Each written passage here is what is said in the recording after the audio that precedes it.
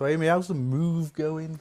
The move has gone very well. It's been a rather stressful few weeks, really, I suppose, while I've been waiting for the space to be ready for us in the Guildhall. But we officially moved on Tuesday. So Tuesday was just moving boxes and getting in the space and unpacking what we could. And then yesterday we kind of were able to do a bit more. But we actually had to get the computers out yesterday and do some work amongst the boxes.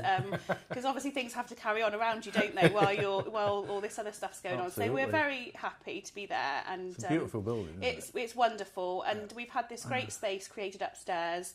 So it's a nice sort of open plan. We've got a meeting room now. We can have meetings in. We can offer meeting room. You don't have to have our meeting. We will still come here for some meetings. Don't worry. But what it's great for is it's great that we can offer the levy payers, a meeting room to use, free of charge as part of their levy going forward. So we're really excited. Yeah.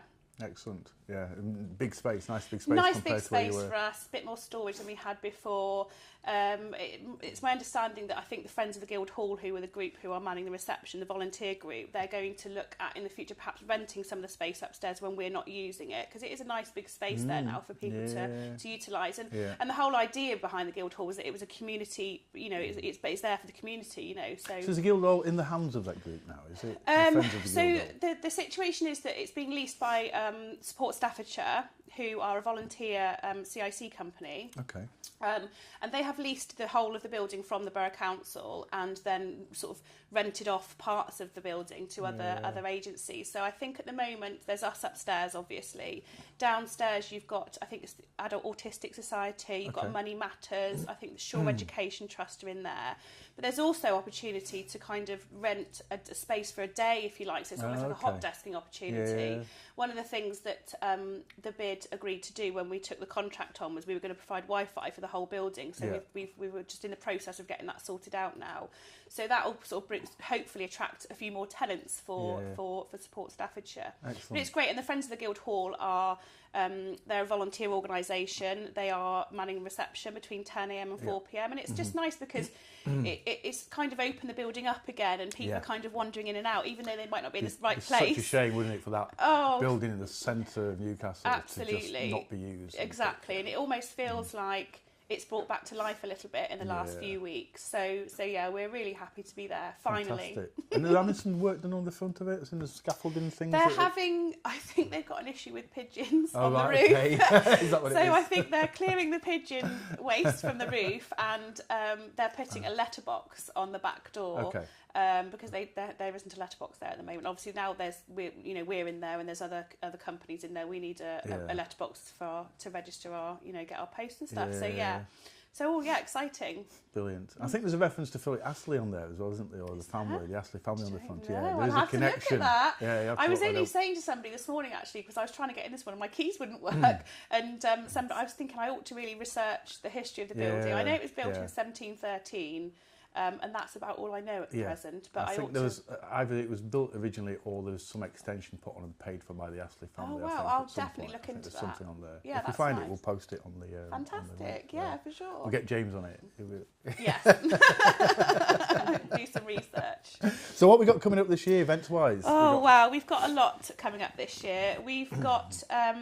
We've just sort of launching at the moment our golden ticket campaign again, which was really successful last year. So the idea behind that is that you come into town, you collect a golden ticket from a retail business, cafe or whatever. They are in most of the town centre retail businesses now.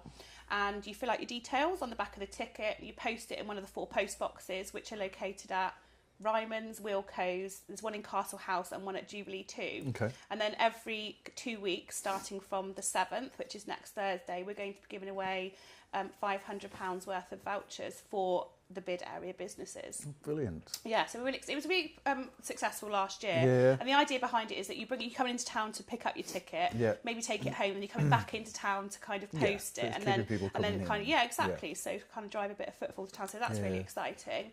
After that, we've got our Easter event. So Easter Saturday falls on the 20th of April this year, which also happens to be World Circus Day. Oh wow! So we are doing things slightly different this year. We're going to still provide our Easter egg trail, which has always been really popular. So take you around the shops, and you have to find the Easter egg, and you get a prize at the end. But we're putting some circus workshops in town for that day as well. Yeah. And I think the Easter Bunny's coming at some point as well, so we'll be expecting a visit from him. And there'll be an opportunity to do some crafts, some Easter bonnet making, stuff like that. So that's going to be a nice day. Excellent. Hopefully, fingers crossed, the weather will be nice. And I think at the same time, the Stanworths have got their fun fair on Goose Street car park, because I think it's school holidays. So it's going to be a nice weekend. Yeah, excellent. Okay, so that's the next thing. That's the next big thing. Yeah, and then after that we have got Limelight Festival, which happens on the first bank holiday in May. I believe it falls on the 3rd of May this year, Friday the 3rd. I'm not a massive expert on Limelight. You'll have to get Mr. Buxton in to talk about that closer to the time, but I know that there's a lot going on this year. They've got involvement from the library. They're going to do like a mini literary festival, I think, at some point. I know you guys are going to be doing. We're going to do. Yeah, we're really exciting at the actually. Limelight Festival. I think we're going to do the last episode of the Honeybox live from the Limelight stage on the Sunday morning. So like 1 o'clock. Yeah. We're still working on it. Yeah. But it'd be great to do that. That is amazing. That's going to be such a good addition. Again, there'll be, as far as I'm aware, there's lots of street food going on. And then I think on the Monday, the Mayoress of Newcastle has arranged kind of a carnival parade for different community groups and schools to come and take part in a walking carnival. Because it used to be a big thing for Newcastle, I think, didn't it? And I think, I'm not really sure what happened with it. I think they had issues with the carnival some years ago, but I think the idea that the Mayor's hoping to kind of resurrect that a little bit. So around that, as the BID, we're organising a craft market, and lots of different things going on that day. So it's going to be a nice family day on the Monday. So there's lots of different elements, but we haven't got the full content yet for the Limelight Festival. That will be published very soon on social media. We're talking to Rich about that. So so that's that. And then on the second bank holiday, of course, is Jazz and Blues Festival. A very established festival. I think it's 13 years now it's been going. So we're just in the process at the moment of contacting the venues for that and seeing what they want to do. I'm excited to say that we're going to have. We had a band a couple of years ago come over from the Netherlands, and they're going to come over and join us again. They're called Brass Society, and they are fabulous. So I'm really excited to see them this year. And that brings people in from all over, doesn't it? It really does. It's kind of, it's a really solid event now on our calendar, and it's one of those ones that people do sort of come for the weekend for, really. So it is very well established. Yeah, we're really happy to be doing that again this year. So we're putting together our nice little programmes for that this year. We've got the new bars in town. Some are new from last year, so they're keen to take part as well. They're getting involved as well. So all good. Excellent. Okay. Busy at the moment. Yeah. Any news on Homecoming? Okay, so everybody's got to keep their Sorry fingers to put crossed. that No, you've got to keep your fingers crossed, because obviously the Homecoming again has been a really important event for us over the past few years, and it's kind of. I know you guys get involved in that quite heavily, don't you? And it's grown year on year, and I think I have to say that last year I thought it was the best yet. The Homecoming is funded partly through us, partly through the Borough Council, but we also applied for some Arts Council funding for that, and we applied 2 years ago to run it for 2 years. So that obviously that funding's gone now. So we put with Appetite, we put an application in about 6 weeks ago now. So we're just waiting to hear whether that application was successful, and if it is, then we'll be able to run it for the next 2 years, so this year and next year. So we really want to do that again, because obviously we won the award for it last year, the National BID Award. So we're hoping, fingers crossed. Didn't you go away and have a night out on that one? I did actually. I went to Cambridge and had a night out to pick up an award. Yeah, I was there anyway, but it was nice to be there to pick up the award. But I've always thought that the Homecoming is such a fantastic example of partnership working, and we really kind of weighed heavily on that when we applied for the award, because it's such a good example of us working well with other BID area businesses such as yourself and Appetite and the Borough Council. So it's a huge joint effort. So I really hope we can do that again this year. Yeah. Excellent. Yeah, that'd be really good. Yeah. Fingers crossed. Anything else this summer?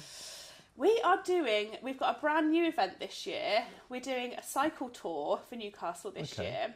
We're working with a local company called Lead Out Consulting, and they are responsible for doing the cycle tour that comes to Stafford every year, which I know is quite well established and it's very well attended, and the businesses get a lot out of it. So we are going to be running that event. It's called the Staffordshire Cycle Tour. It's going to be on Sunday the 11th of August. Okay. It was very difficult to find a date for that because the cycle calendar is kind of quite busy around sort of spring and early summer. There's events literally every weekend, so we had to make sure that we weren't doing it on a day when there was something else going on. Yeah, of course. So the idea with that is going to be a big family event. It's going to be a whole day, so there'll be several different rides. There's a longer ride, I think it's about 70 miles, so if you get on your bike and get practice in for that. But there's also going to be children's rides as well. We're going to have some entertainment for the day, possibly some street food. So it's going to be a bit of a sort of cycling festival, if you like. So we're hoping we can build on that year on year, and if it benefits the town, it benefits the businesses, and people enjoy it, then we'll run it again, definitely. Excellent. Good stuff. Just on the BID, the Business Improvement District, it's not a forever thing, isn't it? You get voted in for certain. Yeah. So we started in October 2015. Yeah. A BID term, it can be as short as 3 years, but we were voted in for 5 years. The standard is 5 year term. So you set out a business plan, you consult with local businesses about what they would like to see or what they wouldn't like to see in the town centre, what they think the issues are. And these can be things like parking, empty units, antisocial behaviour, things like that. So your business plan is kind of born out of the ideas of those businesses and how they would like to see, where do you want to see your town in sort of 3 or 4 years' time. So next year we'll be going for our renewal because we've been here for nearly 5 years now. So we'll be looking to consult quite heavily with businesses, one-to-ones, workshops, things like that, to kind of talk to them about what they'd like to see over the next 5 years. So it isn't a forever thing. And, you know, all these kind of events and projects and schemes we do just kind of wouldn't be here if we weren't here, which absolutely. I think will be a really sad thing for Newcastle. But it's important that we get it right, you know, we get it right for the next 5 years. And obviously places are different now, aren't they? High streets are so different from what they were, absolutely. You know, 10 years ago. They're much more about community now, much more about culture and heritage and history, rather than, you know... And the Business Improvement District isn't just...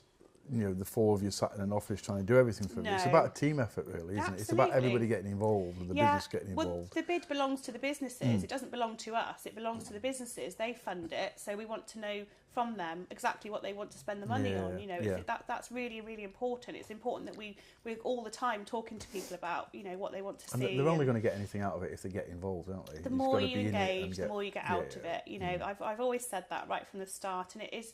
You know, we completely understand the frustrations of some people that they don't want. You know, it's an extra cost to their business. You know, and it's tough on the high street, isn't it? Absolutely, it's tough on the high street. Yeah, but engage and you'll get something out of it. You know, we do lots of different things. It isn't just about the events. We do training for businesses. You know, we lobby with the council for better sort of conditions on parking and things like that. So it isn't just about kind of running the events. It's the bigger picture, really. And it's about promoting the area as a whole, you know, because we're not just inside the ring road as well, we're outside as well. We're outside the ring road now, aren't we? You're outside the ring road. So it's about, you know, promoting that whole area and making Newcastle a bit of a destination for people to come to and enjoy. Fantastic. All right, then, Amy. I wish you luck. Thank you very much. All right. I'll go and unpack some more boxes now. Thank you for having me. You're very welcome. Always good to chat to you. Speak soon. Take care. Cheers.